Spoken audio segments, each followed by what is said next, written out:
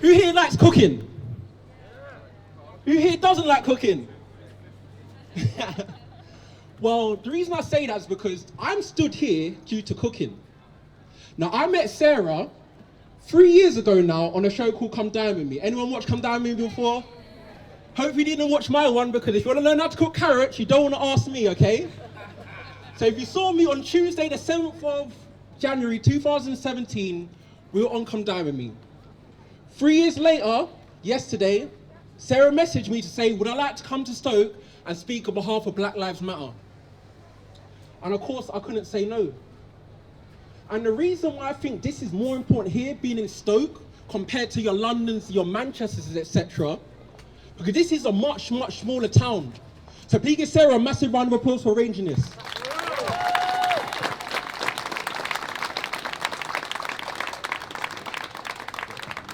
Because you could have been anywhere else today. I mean, the weather, when I say I don't live in Stoke, I live in Crewe. Anyone else here from Crewe?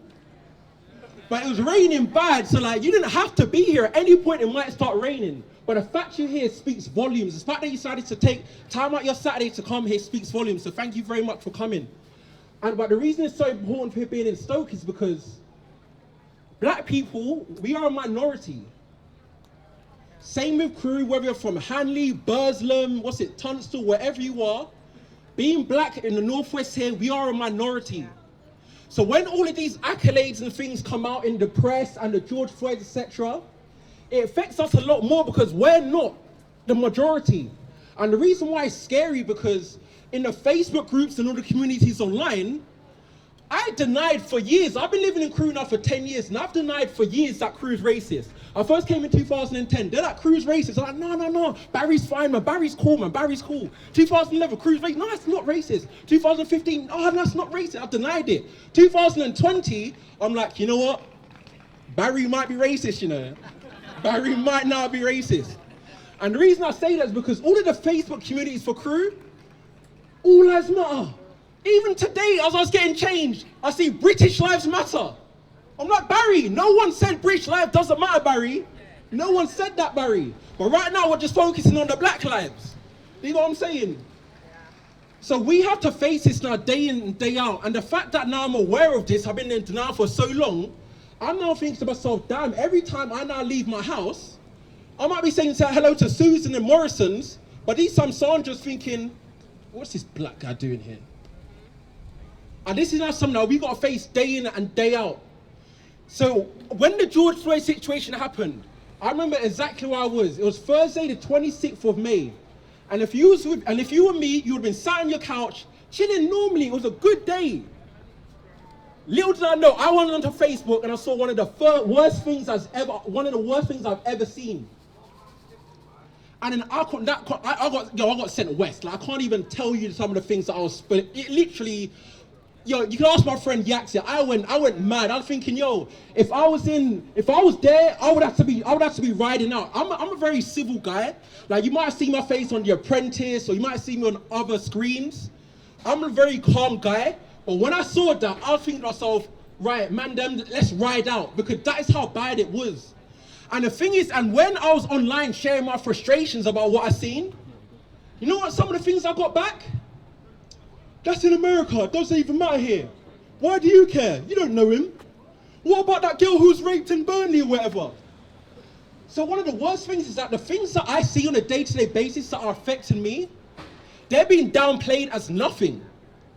Like, why do you care? Of course, I didn't know George Floyd. I didn't know Mark Duggan in 2011. I didn't know any of them. None of us here knew George Floyd. But the fact that we felt something and the fact that other people didn't, for me, that's a massive problem. So what can we do about it? Because the sad thing is, I don't see this going away anytime soon. I like to see myself as an optimist, glass half full, but let's be honest, it's not gonna disappear overnight. Because as we're protesting, as we're trying to do these things, people are still speaking against us. Oh, what about COVID? Why are you here during COVID? Any Liverpool fans in here? I love Liverpool, but no one said anything when Liverpool won the league outside Anfield. No one said anything about Anfield, why they collating outside Anfield. But as soon as it comes to Black Lives Matter, that's when people want to say something. So we have to be aware that No matter how much we're standing up, there are going to be people against us. We're facing an uphill battle. And for me, how I want to end this, to say that I want you to try to look after yourself. Because when that happened to me, when I saw that on social media, it sent me west so much, I had to delete all of my accounts. I had to. Instagram, oh, Black Square, shut up! Black Square for what? They call me an influencer from being on Your Apprentice, whatever, right? I know many other influencers, you didn't say shit until it was Black Square. You're doing that Black Square. Black Square for what? You're doing that because it's easy. You're doing that because it's a trend. Why is my life a trend? My life ain't a trend. If I died, no one do Black Square, you know. I'm getting this on camera. If I die, I don't want no Black Square. No Black Square. I want people out there.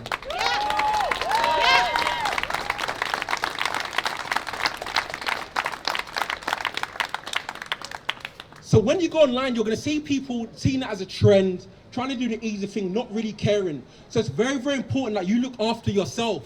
Just like when you're on a plane, they say that put on your gas mask first before you help anyone else. You got to look after your mental health first before you can try and fight the battle. Just like they say you can't pour over an empty cup. Again, you got to look after yourself before you can help the battle. So yes, thank you guys for coming out. It's much, much appreciated. But understand, this isn't going to be easy fight. This isn't going to be easy battle. Make sure to look after yourselves and have a good day. Thank you.